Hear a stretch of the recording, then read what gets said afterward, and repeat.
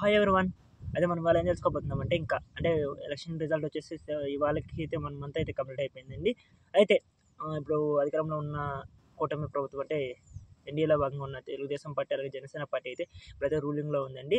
అయితే నెక్స్ట్ ఇంకా 5 సంవత్సరాలు అయితే పరిపాలనలో ఉంటది కాబట్టి అయితే ఏం చేయాలి ఈ ఎన్డీఏ గవర్నమెంట్ అనేసి మన ఆంధ్రప్రదేశ్‌లో అనే విషయం గురించి తెలుసుకుందామండి. ఓకేనా? అలాగే ఏం చేయాలనే విషయం గురించి అయితే నేనైతే పూర్తిగా చెప్తానండి. ఎక్స్‌ప్లెయిన్ చేస్తానండి. ఎక్కడ స్కిప్ అనేది చేయకండి. ఓకేనా? పూర్తిగా చూడండి. పూర్తిగా చూసి అయితే కామెంట్ చేయండి. ఓకేనా? మధ్యలో కామెంట్ చేయకండి. ఓకేనా? ముందుగా అండి నెంబర్ 1 పాయింట్ ఏం చెప్పాలంటే క్యాపిటల్ సిటీ అండి. మన ఆంధ్రప్రదేశ్‌కు క్యాపిటల్ సిటీ ప్రాబ్లమ్ అనేది సుమారు ఇప్పుడు 2000 అంటే 2014లో అయితే మనకు తెలంగాణ, ఆంధ్ర విడిపోయిన తర్వాత 2024 జూన్ 2వ తేదీ వరకు అయితే మనకైతే మనకు ఉమ్మడి రాజధానిగా అయితే హైదరాబాద్‌ని అయితే ప్రకటించడం జరిగిందండి. బట్ మొన్నటి నాటికైతే 1 మంత్ బ్యాక్ అయితే మనకైతే ఉమ్మడి క్యాపిటల్ సిటీ కూడా లేకుండా పోయిందండి. ఉమ్మడి రాజధాని కూడా లేకుండా పోయిందండి. ఇప్పుడైతే మనకైతే ఇప్పుడైతే ప్రెజెంట్ అయితే మనకి క్యాపిటల్ సిటీ అయితే మనకి ఏది లేదని చెప్పుకోవచ్చండి. అదే నరేంద్ర మోడీ గారు అలాగే చంద్రబాబు నాయుడు గారు అయితే 2015లో అయితే మనకైతే మనకు అమరావతిని అయితే క్యాపిటల్ సిటీగా పెట్టడం జరిగింది. బట్ మళ్ళీ 2019లో జగన్మోహన్ రెడ్డి గారు వచ్చిన తర్వాత అధికారంలోకి వచ్చిన తర్వాత 3 క్యాపిటల్ సిటీని అయితే చెప్పడం జరిగిందండి. బట్ మళ్ళీ లాస్ట్‌కి అయితే వైజాగ్ సిటీని అయితే క్యాపిటల్ సిటీగా చెప్పడం జరిగింది. బట్ ఈ మధ్య కాలంలో చూస్తున్నామండి చంద్రబాబు నాయుడు గారు అయితే 2 క్యాపిటల్ సిటీని అయితే చెప్పడం జరిగిందండి. 2 క్యాపిటల్ సిటీ అంటే అమరావతిని అయితే ఎగ్జిక్యూటివ్ క్యాపిటల్ సిటీ అలాగే మన వైజాగ్ సిటీని అయితే మనకైతే ఫైనాన్షియల్ క్యాపిటల్ సిటీగా అయితే చెప్పడం జరిగిందండి. ఓకేనా? అంటే ఈ 2 క్యాపిటల్ సిటీస్ యొక్క ఉపయోగాలతో నేను సెపరేట్ వీడియో చేస్తానండి. ఓకేనా? రెండో పాయింట్ అండి స్పెషల్ స్టేటస్ ప్రత్యేక హోదా అండి. ప్రత్యేక హోదా అనేది మన రాష్ట్రానికి ఇస్తారా? ఇవ్వరా? అనేసి అంటే చాలామందికి అనుమానం అండి. ఎందుకంటే ఇప్పుడు ఎన్డీఏలోకి చాలా కష్టం మీద అయితే మనకైతే నరేంద్ర మోడీ గారు అయితే రూలింగ్‌లోకి రావడం జరిగిందండి. ప్రైమ్ మినిస్టర్ అయితే కావడం జరిగిందండి. అయితే చాలామంది క్వెషన్ ఏంటంటే అంటే మన ఏపీ పీపుల్స్ అనే కాదు పీపుల్స్ చాలామంది క్వెషన్ ఏంటంటే ఇప్పుడు గాని ప్రెజెంట్ అయితే మనమైతే సెకండ్‌ల కొంచెం అంటే ఏదో ప్లేస్‌లో ఉన్నాం మంచిగానే మనకు ఓవరాల్ చాలామంది ఎంపీస్ అయితే మనకు సపోర్ట్ చేస్తారు కాబట్టి ఎన్డీఏకి భాగంగా. కాబట్టి మన గవర్నమెంట్ ఇప్పుడు ప్రెజెంట్ అయితే టీడీపీ గాని, జనసేన ఎంపీస్ గాని మొత్తం కలిపి ప్రత్యేక హోదా అయితే అడిగితే బీజేపీ ఇచ్చింది కదా అనేసి చాలామందికి అనుమానం. బట్ అడగలేదు. వాళ్ళు మినిస్టర్ పోస్ట్ అయితే తీసుకున్నారండి టీడీపీ. ఓకేనా? ఇది ప్రత్యేక హోదా గురించి అయితే నేను ఆల్రెడీ వేరే వీడియో చేశానండి ఆల్రెడీ. ఆ వీడియో అయితే కింద డిస్క్రిప్షన్‌లో ఇస్తానండి. చూడండి పూర్తిగా చూడండి. అప్పుడు అర్థమవుతుందండి ప్రత్యేక హోదా వల్ల మన రాష్ట్రానికి ఏం లాభాలనే విషయం గురించి. రెండో పాయింట్ అండి. మూడో పాయింట్ వచ్చేసి ఎడ్యుకేషన్ అండి. మనకు తెలిసిందండి ఎడ్యుకేషన్ అనేది మన ఆంధ్రప్రదేశ్‌లో ఈ మధ్య కాలంలో అంటే బాగానే డెవలప్ అయిందండి. ఒక డెవలప్‌మెంట్ చేశారని చెప్పొచ్చండి ఎడ్యుకేషన్ యొక్క అదే ఎడ్యుకేషను.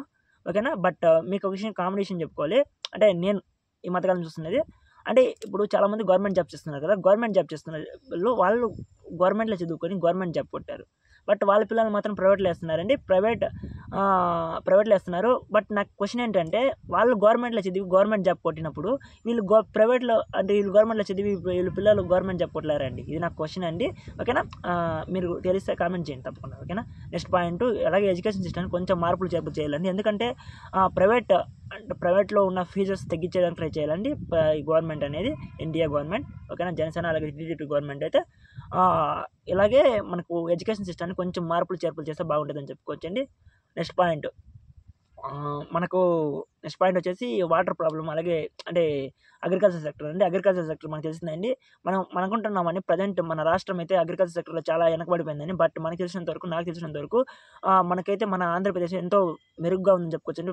టాప్‌లో ఉందని చెప్పుకోవచ్చండి మన ఆంధ్రప్రదేశ్ కూడా అగ్రికల్చర్ సెక్టర్. ఎందుకంటే అండి మనకు పశ్చిమ గోదావరి అంటే కోస్తాంధ్ర మొత్తం అయితే మనకు నది పారుతుందండి. బట్ కేవలం రాయలసీమలకు మాత్రమే వాటర్ ప్రాబ్లమ్ కాబట్టి పోలవరం ప్రాజెక్ట్ అయితే కంప్లీట్ చేస్తే మాత్రం మనకైతే రాయలసీమకు కూడా వాటర్ వస్తది కాబట్టి ఆ పోలవరం ప్రాజెక్ట్ అయితే ఈ 5 ఇయర్స్‌లో అయితే కంప్లీట్ చేసానికి ట్రై చేస్తే బాగుంటుందండి ఇండియా గవర్నమెంట్.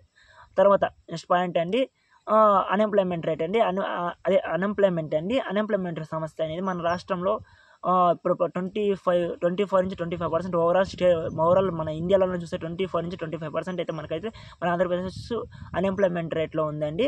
ఇది మనకెందుకు అన్‌ఎంప్లాయ్‌మెంట్ రేట్ ఉందంటే మనకు తెలిసిందే అదే మనకు కావాల్సిన ఐటీ సెక్టర్ అనేది లేదు. ఎక్కువ డెవలప్ కాలేదు అనేసి మనం చెప్పుకుంటున్నామండి.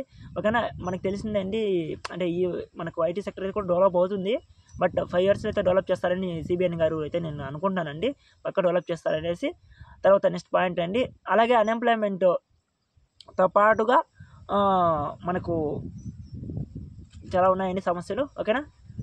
తర్వాత నెక్స్ట్ పాయింట్ అండి, మనకు అంటే ఈ స్కీమ్స్, వెల్ఫేర్ స్కీమ్స్ అనేవి చూసామండి. టీడీపీ గవర్నమెంట్ ఇచ్చిన వెల్ఫేర్ స్కీమ్స్ ఎవ్రీ ఇయర్ అన్ని స్కీమ్స్ అమలు చేయాలంటే మినిమం 1.50 lakhs అంటే 1,50,000 కోట్లు అయితే మనకైతే కావాలండి. అలా 5 years చూస్తే ఎంత అవుతుంది అంటే సుమారు 7.5 లక్షల కోట్లు అయితే అవుతుందండి.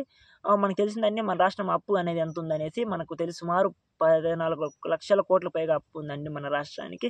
ఇలా అప్పులు చేసుకుంటూ పోతుంటే మన రాష్ట్రం అంటే మళ్ళీ అప్పులు పాలైపోతుంది తప్ప ఏం కాదండి. ఇంకో విషయం చెప్పుకోవాలి, మనకు అనుకుంటున్నారండి మన మన రాష్ట్రం ఫైనాన్షియల్ పరంగా చాలా వెనకబడిపోయిందండి. బట్ జీడిపి అంటే గ్రాస్ డొమెస్టిక్ ప్రొడక్ట్ అంటారండి, మనదైతే 7th place 8th place ఉందండి మన ఆంధ్రప్రదేశ్. మనం చెప్పుకోవచ్చండి, మనం చాలా తక్కువ చూసుకుంటాం మన ఆంధ్రప్రదేశ్ని. బట్ ఓవరాల్ మన ఇండియాలో చూస్తే 7th place 8th place ఉందండి ఎకనామిక్ పరంగా. ఓకేనా, ఇదండి మన ఆంధ్రప్రదేశ్ ఒక గొప్ప అని చెప్పుకోవచ్చు అండి. తర్వాత నెక్స్ట్ పాయింట్ వచ్చేసి మనం వెల్ఫేర్ స్కీమ్స్ అండి. వెల్ఫేర్ స్కీమ్స్ విషయానికి వస్తే మనకు తెలిసిందే టీడీపీ గవర్నమెంట్ ఆ స్కీమ్స్ అంతా అంటే అనవసరమైన స్కీమ్స్ కూడా చెప్పడం జరిగిందండి. అనవసరంగా ఉన్నాయి స్కీమ్స్. ఆ స్కీమ్స్ ఎత్తేస్తే నాకు బాగుంటుందని అనుకుంటున్నాను. ఎందుకంటే ఆ స్కీమ్స్ ఎత్తితే ఏరే దానికి డెవలప్మెంట్ కోసం ఉపయోగపడుతుంది కాబట్టి చెప్పుకోవచ్చండి. ఇది ఇప్పుడు ఎన్డీఏలో భాగంగా ఉన్న గవర్నమెంటు అలాగే ఏం చేయాలంటే ఇవి చేయాలండి. ఇవన్నీ చేస్తే బాగుంటుంది. ఎందుకంటే మన ఆంధ్రప్రదేశ్ అనేది ఇప్పుడు వెనకబడిపోయింది అనుకుంటున్నాము. మన క్యాపిటల్ సిటీ ఇదే ప్రాబ్లం, అత్యధిక ప్రాబ్లం క్యాపిటల్ సిటీ. ఓకేనా, తర్వాత నెక్స్ట్ పాయింట్ వచ్చేసి మన రాష్ట్రం యొక్క ఎకనామిక్ పరిస్థితి అండి. ఎందుకంటే ఎకనామిక్స్ పరిస్థితి అని ఎందుకు చెప్తున్నానంటే మనకు తెలిసిందే, ఇప్పుడు నేను చెప్పాను జీడిపి పరంగా మంది 7th place 8th placeలోకి వచ్చింది అనేసి. బట్ ఏం తెలుసుకోవాలంటే మనము జీడిపి అనేది జస్ట్ లైక్ అంటే మనకు అంటే కొన్ని ఏరియాలో దాన్ని బట్టి చూసి మొత్తం ఓవరాల్ స్టేట్ మొత్తం చూస్తాం, కానీ విలేజ్ వరకు చూడరండి ఎవరు. ఆ విలేజ్ వరకు చూస్తే అర్థమవుతుంది మన రాష్ట్రము ఎంత డెవలప్మెంట్ అయిందని. మనకు తెలిసిందండి. మనం అనుకుంటున్నాం పక్క రాష్ట్రాలన్నీ బాగా డెవలప్ అయిపోయాయి, మన రాష్ట్రం అయితే డెవలప్ కాలేదనేసి. బట్ మనం తెలుసుకోవాల్సిన విషయం ఏంటంటే మనకన్నా ఘోరంగా పక్క రాష్ట్రాల్లో అయితే ఉన్నారండి. ఆ కొన్ని సిటీలో అంటే క్యాపిటల్ సిటీలో మాత్రము పక్క సిటీల్లో డెవలప్ అయింది తప్ప చిన్న పల్లెటూరులో అయితే ఎలాంటి డెవలప్మెంట్ లేదండి. మన ఆంధ్రప్రదేశ్ చెప్పాలంటే ఎంతో అదృష్టం చేసిందని చెప్పుకోవచ్చు. ఎందుకంటే పల్లెటూరు కూడా బాగానే డెవలప్మెంట్ అయిందండి మన రాష్ట్రము. ఓకేనా, ఇదండి. అలాగే మనం చేసుకోవాల్సిన విషయం సిబిఎన్ గారు అయితే మనకు విజనరీ పర్సన్ చెప్పుకోవచ్చు. ఎందుకంటే క్యాపిటల్ సిటీ చెప్పడం నచ్చిందండి. ఎందుకంటే నాకు అంటే మనం 2 క్యాపిటల్ సిటీస్ గురించి నేను సపరేట్ వీడియో చేస్తాను, తప్పకుండా చేస్తానండి. నెక్స్ట్ పాయింట్ ప్రత్యేక హోదా గురించి అంటే ప్రత్యేక హోదా గురించి వీడియో చేస్తాను. ఆ వీడియో చూడండి, తప్పకుండా చూడండి. ఎందుకంటే చూస్తే మీకు అర్థమవుతుంది ప్రత్యేక హోదా వల్ల మనకి ఏం లాభాలు అనే విషయం గురించి అర్థమవుతుందండి. ఓకేనా, నెక్స్ట్ పాయింట్ ఎడ్యుకేషన్ సిస్టమ్ని కొంచెం మార్పులు చేస్తే బాగుంటుందండి. తర్వాత నెక్స్ట్ పాయింట్ ఐటీ సెక్టర్ని డెవలప్ చేస్తే బాగుంటుందండి. కొంచెం డెవలప్మెంట్ చేస్తారని సిబిఎన్ గారు కాబట్టి, చంద్రబాబు నాయుడు గారు కాబట్టి డెవలప్మెంట్ చేస్తారని అనుకుంటున్నానండి. తర్వాత నెక్స్ట్ పాయింట్ మన రాష్ట్రం యొక్క ఫైనాన్షియల్ పరిస్థితి కూడా కొంచెం చూసుకోవాలండి. ఎందుకంటే ఈ స్కీమ్స్ అమలు చేసేస్తే సుమారు 7.5 లక్షల కోట్లు అయితే అప్పు చేయాల్సి వస్తుందండి మన రాష్ట్రం యొక్క.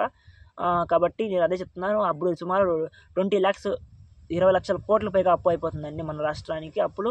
కాబట్టి అదే చెప్తున్నా, ఈ వెల్ఫేర్ స్కీమ్స్ అనేవి కొంచెం తగ్గిస్తే బాగుంటుందండి. అలాగే ప్రజల్లో కూడా కొంచెం చైతన్యం తీసుకురావాలండి. అంటే స్కిల్ డెవలప్మెంట్ కోర్సెస్ అనేవి పెంచాలండి. నైపుణ్యం పెంచితే ఆటోమేటిక్గా వాళ్ళు సెల్ఫ్ ఎంప్లాయ్మెంట్ అనేది తీసుకునే దానికి అవకాశం ఉంటుంది. కాబట్టి మనకైతే సెల్ఫ్ ఎంప్లాయ్మెంట్ కోసం స్కిల్స్ అనేది పెంచే అవకాశం ఉంటుందండి. అలాగే లిటరసీ రేటు పెంచడానికి ట్రై చేయాలండి. ప్రతి ఒక్కరు చదువుకునే ఎడ్యుకేటెడ్ పర్సన్గా చేసే ప్రయత్నిస్తే బాగుంటుందని నేను అనుకుంటున్నానండి. ఓకేనా, ఇదండి మనకు అంటే 5 సంవత్సరాలు ఇది చేస్తే మన ఆంధ్రప్రదేశ్ డెవలప్మెంట్. అలాగే ఇంకో విషయం చెప్పాలండి, టూరిజం అండి. మన ఆంధ్రప్రదేశ్లో టూరిజం కూడా పెంచితే బాగా మనకు ఇన్కమ్ అనేది బాగానే వస్తుందని చెప్పుకోవచ్చు. టూరిజం డెవలప్మెంట్ చేస్తే బాగుంటుందండి గవర్నమెంట్ అనేది. ఓకేనా, ఇదండి నేను అనుకుంటున్నా. ఎందుకంటే ఇవన్నీ డెవలప్మెంట్ చేస్తే మన రాష్ట్రం డెవలప్మెంట్ అవుతుందని నేను అనుకుంటున్న 5 yearsలో. మన క్యాపిటల్ సిటీ అలాగే స్పెషల్ స్టేటస్ కోసం కష్టపడితే కొంచెం మనం ప్రయత్నిస్తే వచ్చే అవకాశం ఉంది. కాబట్టి అలాగే ఇవన్నీ ట్రై చేస్తే మనకు డెవలప్ అయ్యే అవకాశం ఉంది. కాబట్టి ఇదండి వీడియో ఇంతవరకు చూసారంటే వీడియో నచ్చే ఉంటుందని. నచ్చితే మాత్రం బాలాజీ బీఆర్పీ సబ్స్క్రైబ్ చేసుకోండి. ఓకేనా, థ్యాంక్ యూ ఫర్ వాచింగ్.